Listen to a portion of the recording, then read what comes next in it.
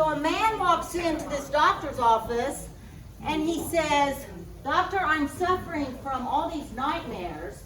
And the doctor says, "Well, what are the nightmares?" And he said, "Well, I go up to this door, and every time I get to the door and I push, and I keep pushing, and I can't get in. And this is creating some suffering me." And the doctor said, "Well, is there a sign on the door?" And he said, "Oh yeah, there was a sign on the door." And the doctor said, "Well, what did it say?" It said, "Pool." Now, this is a dream he had. But what is the message in that? How many times are we constantly pushing at something that is in us, around us, for us, against us? But there's a resistance that we create with it, so we're constantly pushing. Always knowing from a spiritual aspect that if we pull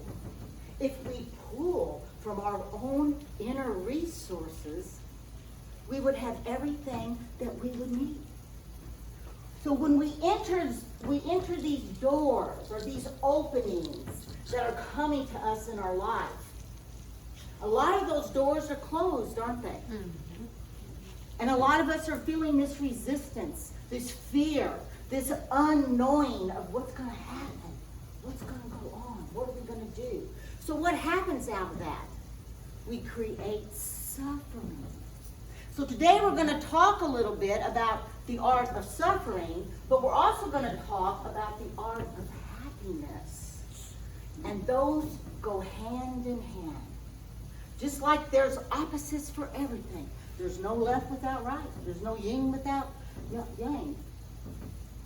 So the same is with suffering. There's an art to it, as well as the opposite of happiness.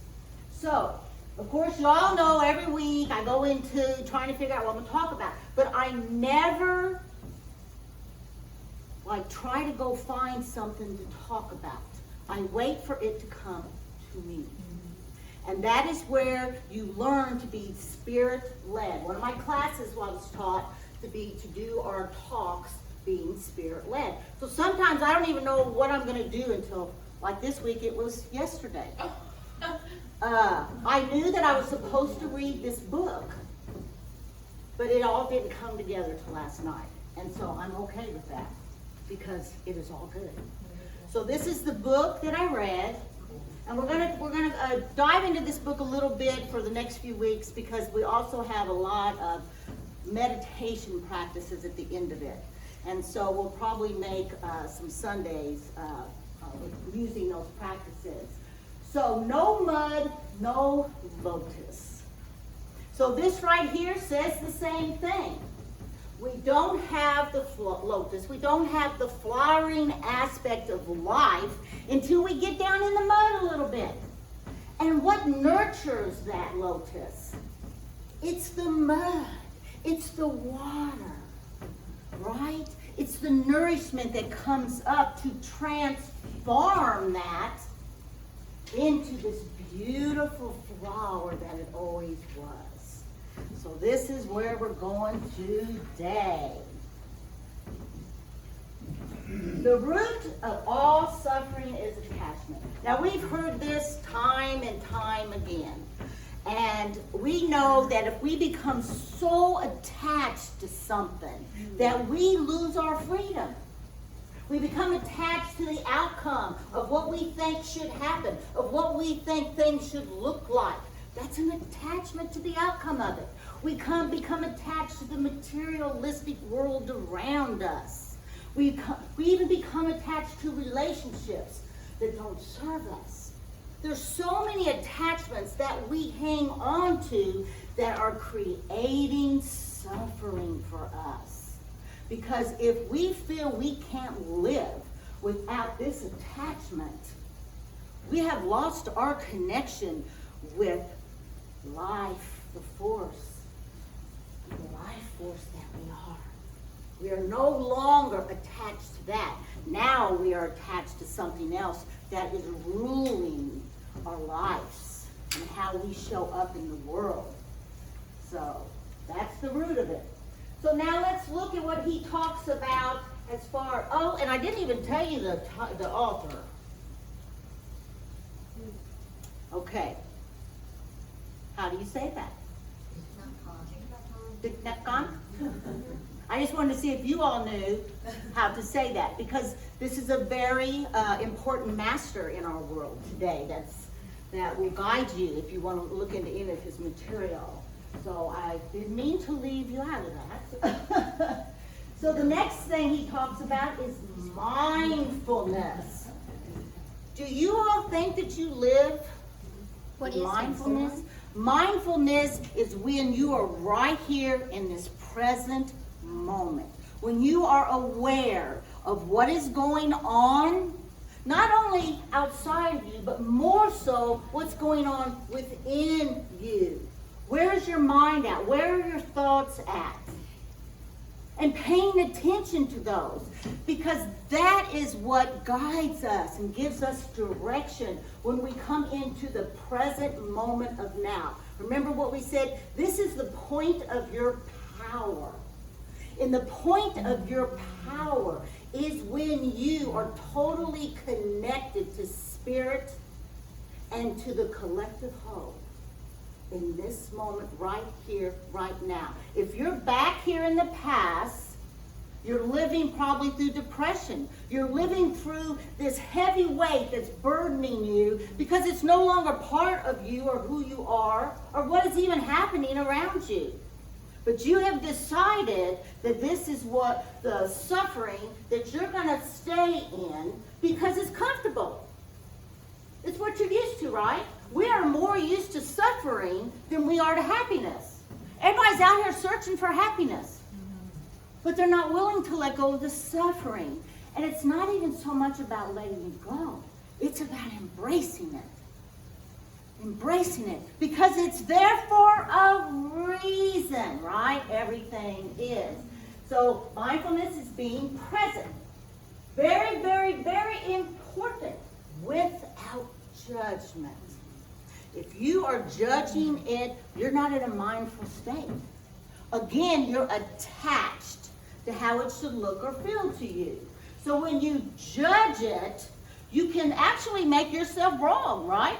Yes. Well, I should feel this way about it. Or you should react this way about it. Or I should react this way about it. That's not mindfulness.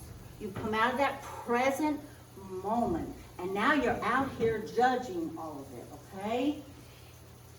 So the breath, he talks about the breath. We're going to do breath work today. It is in the breath that you center. Because when you bring the breath in, now you're connecting the mind to the body. And now you become aware of what's going on in the body. We just got done with a month work of How to Heal Your Life by Louise Hay.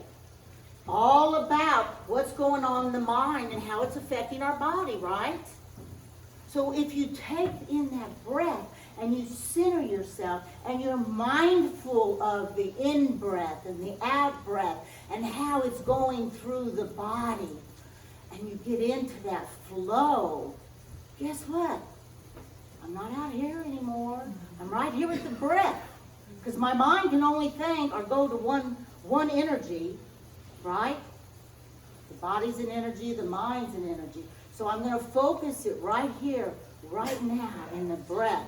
And now I've connected to the body. Yes. So mindfulness, very big. He talks about a baby and its mother. And how you can come into that place when the baby, if a baby's crying and throwing a fit and needs your attention, are you going to ignore it? Well, some people might. Some people might. But most of the time, if a baby's crying, they need your attention. They need your care. They need to know that they're being heard. And we still need that as adults, don't we? When I throw a fit like that, I'm not being heard. Huh? As an adult, when I throw a fit like that, I don't get heard. Exactly. Perfect example. She said, when she's throwing a fit, she doesn't get attention. As an adult. As an adult, okay. And what did you say, Margaret? I said, did you say something? Did you say? Oh, you guys are funny. I love it. I love it. I love it. I love it. So anyway, it's the same thing. If a baby was crying, we become the adults now. We become the mother now. Yes, we have this inner child, and we've done a lot of inner child work. But we want to create this safe place for this little child. This child that didn't get attention, maybe, that wasn't treated right, that didn't know what love felt like. I know that's how I grew up. I had no idea what that was all about.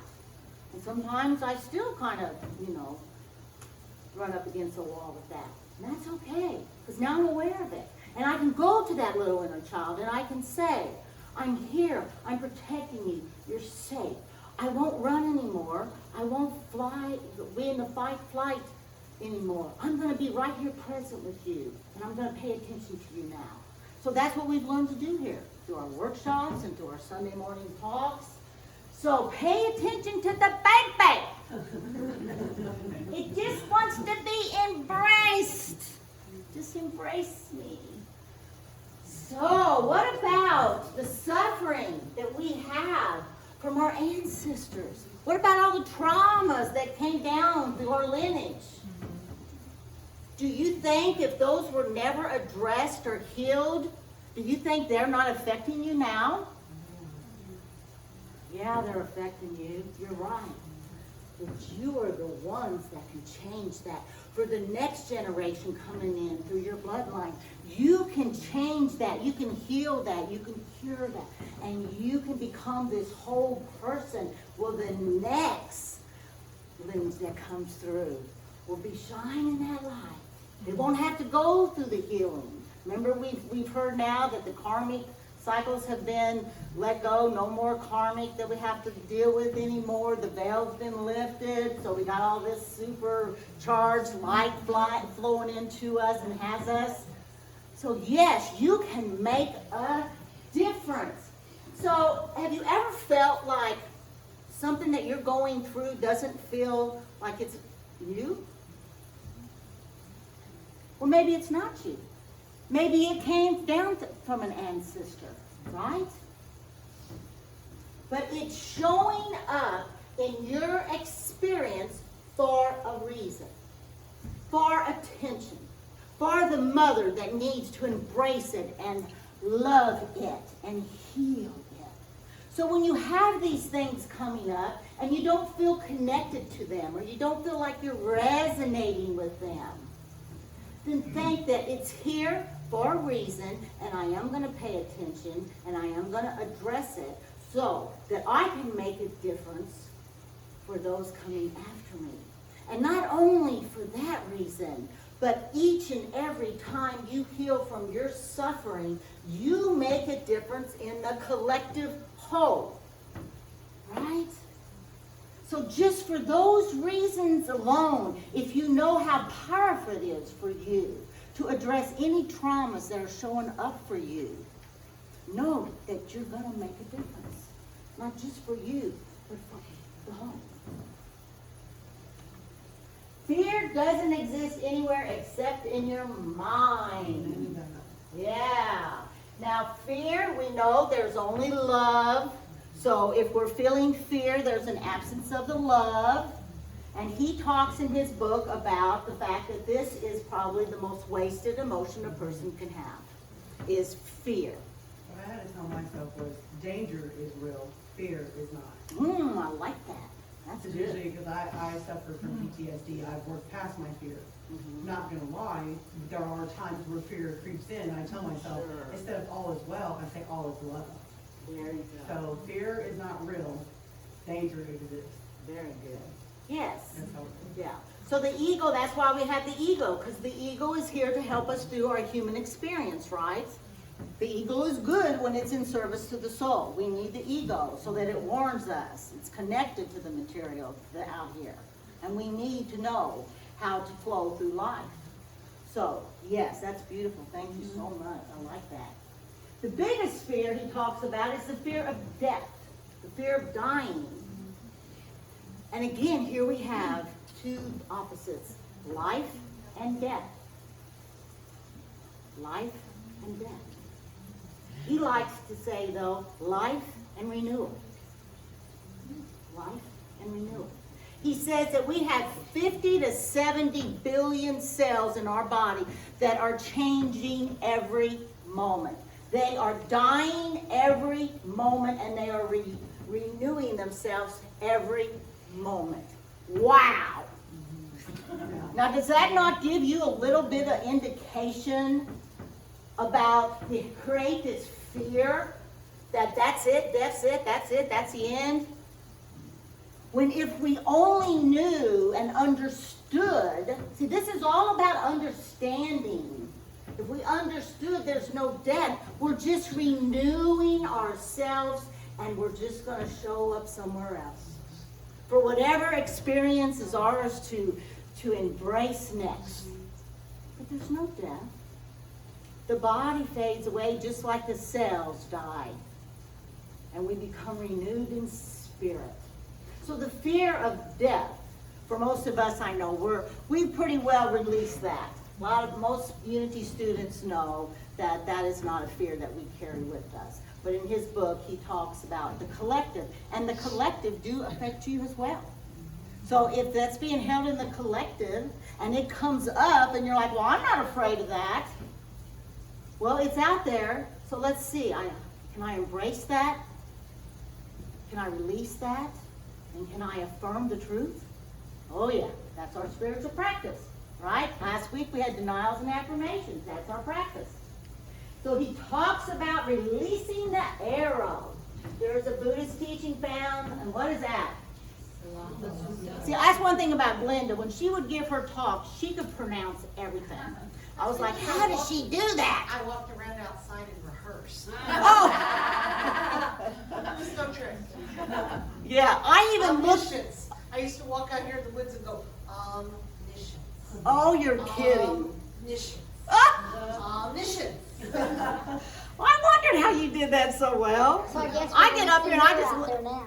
I just let him know. I don't know how to say it. I even looked this up on Google to see how to pronounce it.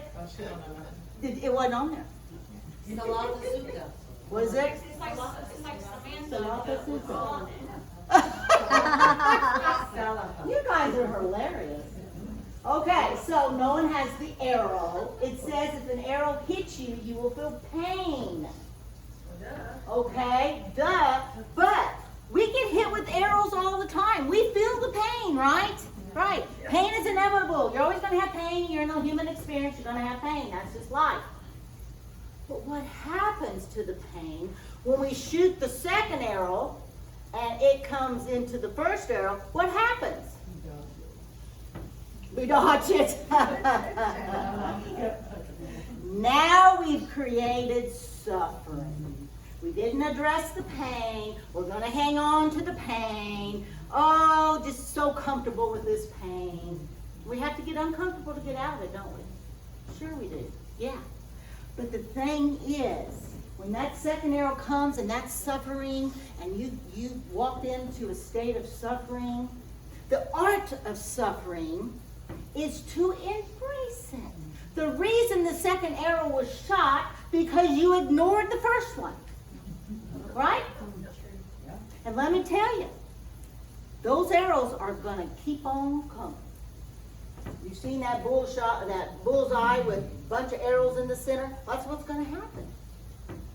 Why do I know that? Because it's universal law. That's the way it works, guys.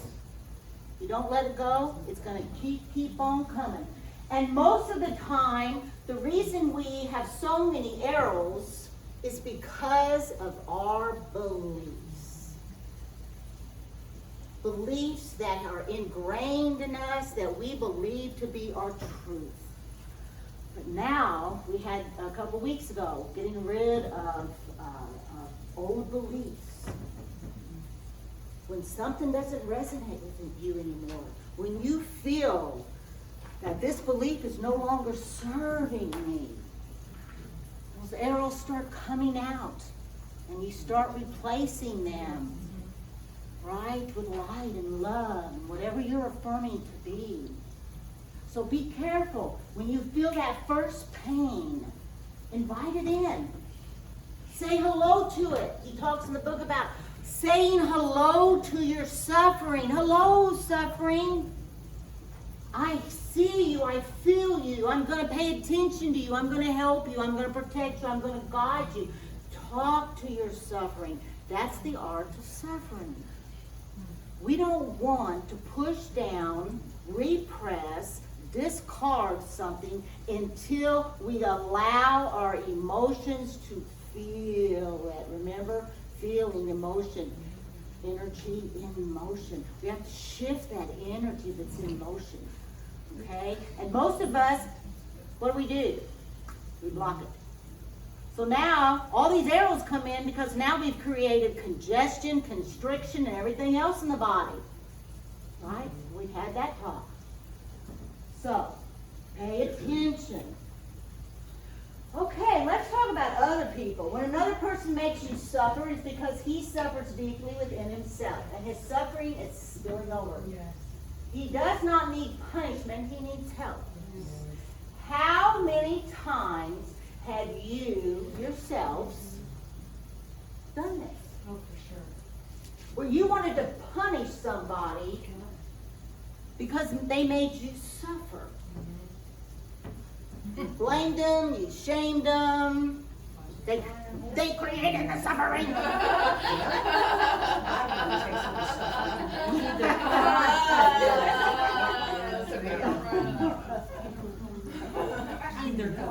Every single person that reacts out of a state from either their subconscious mind, from their woundedness, from their experiences, every single one of us feel that suffering. Do you think that you're the only one that suffers in life? No. I don't know how many times now when somebody is doing something to me, I try to take the breath in and pause and release and remember that they reacted to me from their own place of suffering. Now, not only is this something for us to understand, but it is the way of compassion, right?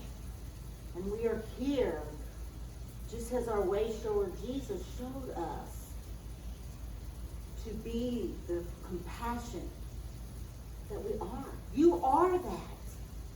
You can be nothing else but that unless you are disconnected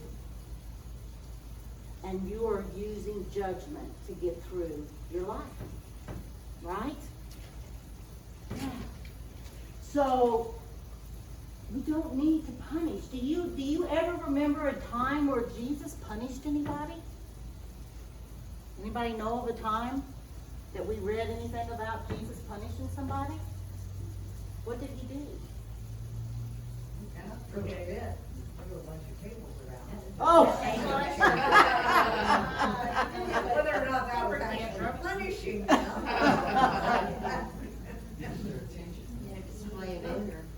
Yeah. Well, he was releasing his anger. And we talked about that last week about, releasing of constructive anger like that. Yes. Yeah. But if we knew that we could change the energy that was going on, and we could be that compassion with that person, do you know the ripple effect that you create just from that one shift? Wow. It's huge. It ripples out everywhere. Through you, has you, through them, has them, and then it goes on. That's how powerful we are. So, he goes into some happiness now. So here's 5 practices for nurturing that happiness. We know what happens whenever we're having our suffering. We know what to do with it now. What do we do with it now? Now, what do we just say? What do we do? We want to embrace our suffering. That's the first thing. To embrace it, not to ignore it. It's there to get your attention. It's there for a reason. So the first one he talks about is letting go. Now this is after you embrace it. Let's make sure we understand that. You don't let something go until you look at it, address it, give it attention, and start your healing process with it. Or it's going to go back down, and it's going to come back up again, and may not be as pretty as it was the first time. So, you want to first embrace it. So, letting go. He talks about releasing the cow. I know you're all thinking, what is that all about? Well, he talks about a story of the Buddha and his monks. They were all sitting under their tree having their lunch, and this farmer comes by, and he says, he's so upset, he says, I'm looking, I have 4 cows, I can't find them anywhere. Where are my cows? Have you seen them? They've been down this way. He said, oh my gosh, all my harvest was killed. I had these insects, everything died. Everything's awful. All I want to do is just die because I don't have my 4 cows. And Buddha just gently and kindly looked at him and said, well, they didn't come by here, so why don't you go the other direction? So he leaves, and the Buddha looks at those monks who's sitting there, and they said, well, why did you tell me to go the other direction? And Buddha said, sorry, I'm looking at Alan, and he's like this. Waiting for the story. And he says, now I'm all mixed up. But anyway, it's all about the fact that he wouldn't have to go searching for the cows and be so attached to the cows if you didn't have any cows. So he tells the other monks there that, it's a good thing you don't have any cows. So why did he send him the other way then? Because they weren't in his direction, so he was just sending him away to go look for them elsewhere. But he wanted to let the other monks know there was a lesson in this he was trying to teach, that if you don't have the cows to begin with, you don't have that attachment, then you're not going to look at life as, oh my God, if they're gone, I'm going to die. Okay, that was the point of it, but I got a little sidetracked. So anyway, that's what we're talking about when he's talking about releasing the cows, letting go. Any attachments that you have, letting them go. Okay, and then inviting positive seed. Now, you might want to put these in your journals here. Also, has your journal in here this morning. If there is something that you want to release, if there's some suffering that you may feel that needs to be embraced, write that down in your journal, because we're gonna continue with our burning bowl today as well. So be writing these things down as they come in. As you listen to the message and they come into your consciousness, write those down. So you're going to just be nourishing the seeds that you're going to plant now. And we all know how to do that. Mindful-based joy. And this again is where we want to come into the breath, and we want to focus with the in-breath and the out-breath and create the present moment of now. Yes. And then concentration, power to break through. So many times, I know in our meditations here, that when we focus and we concentrate on whatever intention that we are focusing on, a lot of times, just in that concentration, it will break through a barrier that you had. It will break through and create an awareness that maybe you were never connected to before. So concentration, it also takes all of this busyness away as you focus and direct your attention. So you might get a breakthrough when you're concentrating. And that's one of the steps in meditation. Insight, seeing what is there. You all are insightful spiritual beings. You already have everything you need. But if you aren't seeing it, if you're not feeling it, if you're not connecting to it, doing this practice, then you're not going to be receiving the insights that you're blessed with, that you are. So you all have that insight, seeing what is already there. Okay. It isn't what you have or who you are or where you are or what you are doing that makes you happy or unhappy. It is what you think about it. Right? Yeah. Have you ever noticed how somebody can go through a similar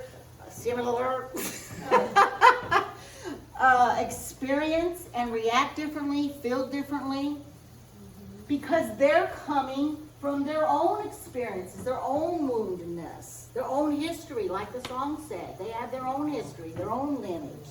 Right? Right. So it's what you think about.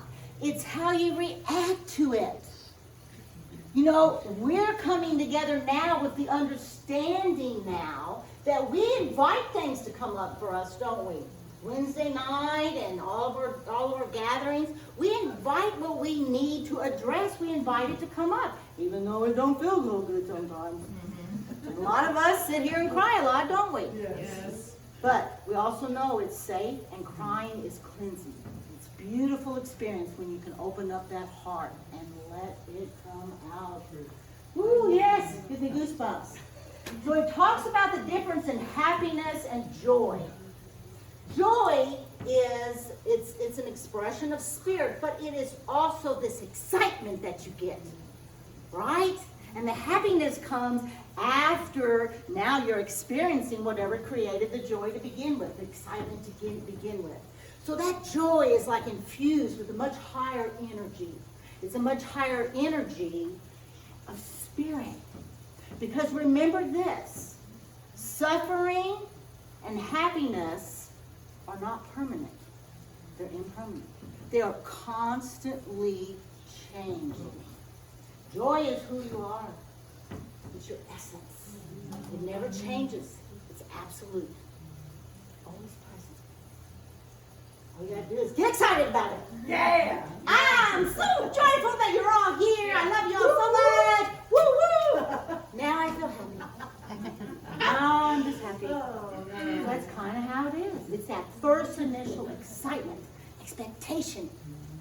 And it is part of who you are as a spiritual being. Always, always present. Okay. So this is the prayer he uses. In your bulletins, you have this. You can take it home with you.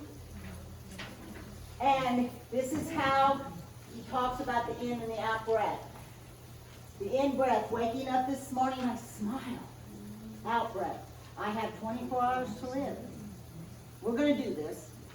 In breath, I vow to live them deeply and learn to look at the beings around me. Pay attention to others around me, be compassionate. The out breath, with eyes of compassion. Okay? So I invite you, if you'd like to do this with me. Okay? So on the in breath, waking up this morning, I smile. I have 24 hours to live. You probably have to do this in your head because you can't really talk and breathe at the same time. Can somebody do that? Can somebody do that? You better be talking and breathing or you're gonna. Oh,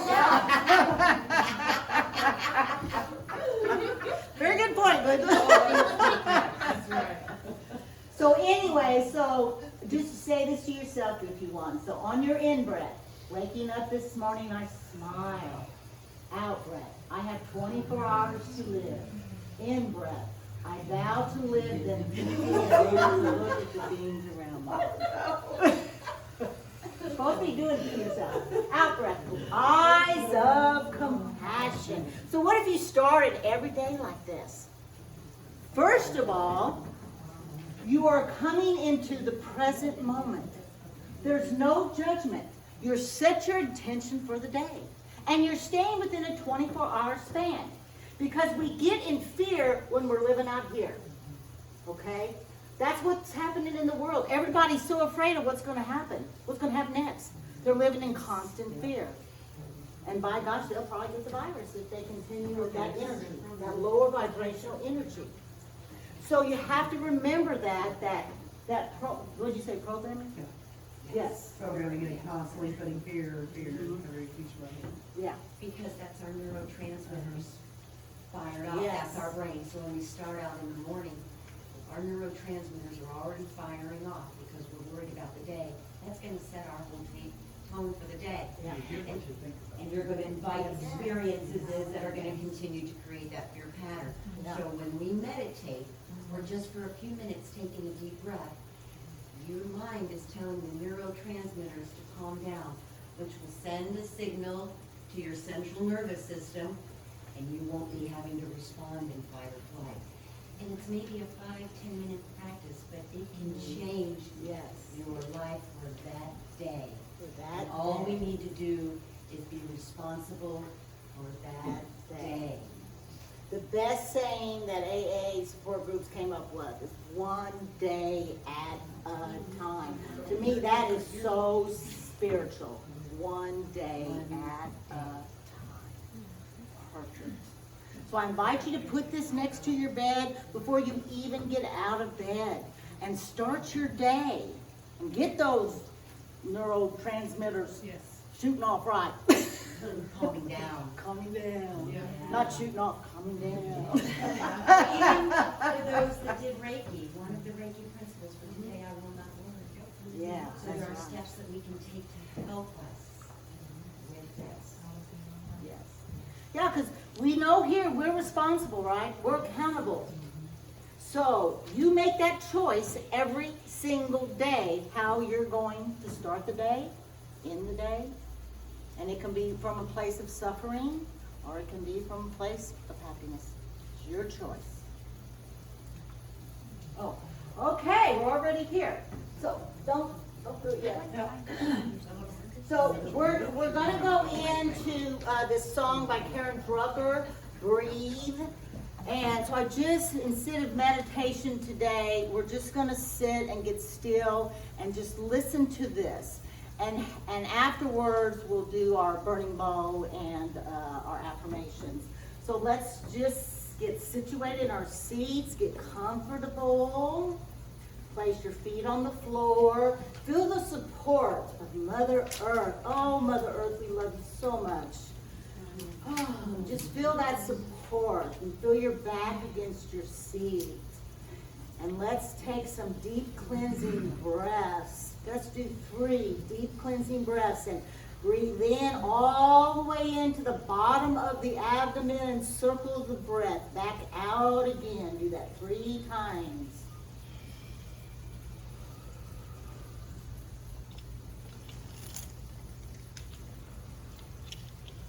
If your abdomen is not expanding, you are not breathing deeply. So breathe deeply. We want to come into a state of relaxation because it's in the state of relaxation that we gain insight and calm the body down. So let's also ground ourselves into the crystal core of Mother Earth, however you do that, whether it's through cords or crystal lights or roots of the tree. Just ground those, wrap those around the center of Mother Earth as we ground into her, loving her and protecting her. And then we come up to the heart and we open up the crown chakra to receive from all that is. Listen as you get into this song. Listen, allow whatever you have come here today to let go of. Allow it, invite it. Say hello to it so that you may release it and let it go. And then affirm our absolute and complete, beautiful divine truth.